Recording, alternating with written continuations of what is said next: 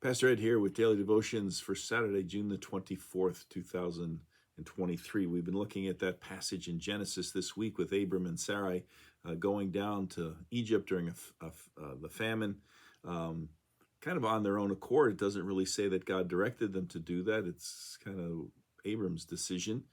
It was also his decision to pass Sarai off as his sister instead of his wife, although technically she was his half-sister.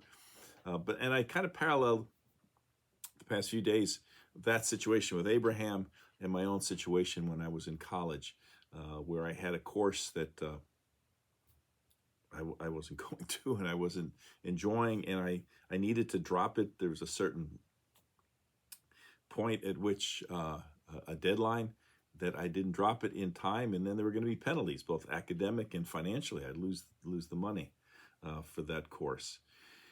And so I went to one of my football coaches, and he kind of got together with one of the deans and managed to allow me to drop that course without suffering any financial or academic penalty.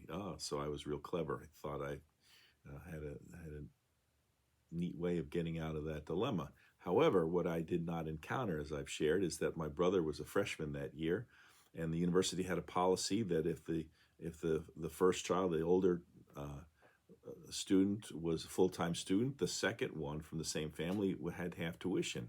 But it depended on that first one being a full-time student. Well, by dropping this course, I dropped below full-time status, which meant that my brother's half tuition was in danger. And so I was just trying to be so clever, and sort of an unintended consequence there that I didn't anticipate. So I went back to the coach. I guess he went back to the dean. So in the end, everything worked out okay. My parents weren't charged the second half of his tuition. I wasn't penalized either academically or financially for dropping the course. It was not one of my proudest moments. And that's the parallel, I guess, with Abram, who goes to Egypt kind of his own accord. God doesn't direct him to do it. But Abram has this, as it turns out, a justifiable concern that Sarai is so beautiful that something might be done to him as her husband. So he passes her off as his sister, which was technically, true. That was his half sister, but she was also his wife. And gets in a lot of trouble because he thinks that the custom of that he could kind of, if there was any interest expressed in Sarai as her brother, he could negotiate things, maybe drag things out, and they would be able to make their way back out of Egypt in the meantime. But what happens is, what does Pharaoh do? Pharaoh kind of just takes her. He's the king. Now he rewards Abraham very handsomely for Sarai, but now she's in his harem. She's been taken as his wife. It's not clear, even with the language, whether this meant that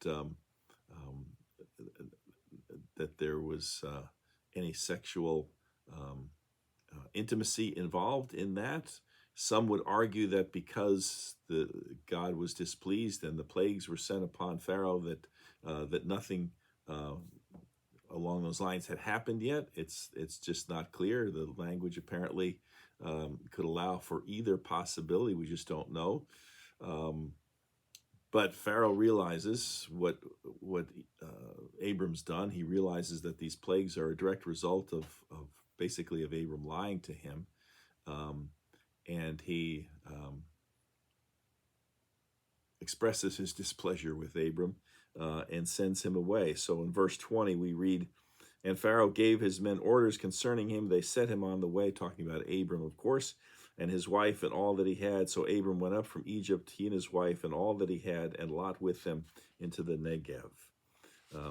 So in the end, things sort of work out despite everything that Abram had done, the dishonesty of Abram in that situation. In the end, Pharaoh returned Abram's wife, provided protection for both of them, despite, as David McLemore points out, despite Abram's wrongdoing, God worked to fulfill his promise. He left Egypt, Abram that is, with Sarai, and also that added prosperity. And there's this theme that we see later in the book of Genesis and really throughout Scripture. Abram's lying and in that whole situation creates a problem. And some would argue that was, God's plan. I much prefer the idea that's expressed later in Genesis 50, where Joseph confronts his brothers with what they had done to him, and he says that God turned it into something good. Abram made a serious mistake here. He lied. He misled Pharaoh. He brought all kinds of problems down upon Pharaoh with the plagues, and he's basically kicked out of the country. But through all of that, God is still with Abram and Sarai. God's faithful to the promises he made to the two of them. There will be a child. There will be a great nation. There will be a blessing. They will be blessed to be a blessing. And so God, once again, or maybe really the first time when you think about it, God takes this bad situation Abram created and turns it into something good. As someone once said, Abram unwisely trusted in his own cunning to preserve his life and was caught in a lie. But God proved his strength in delivering Abram from that situation.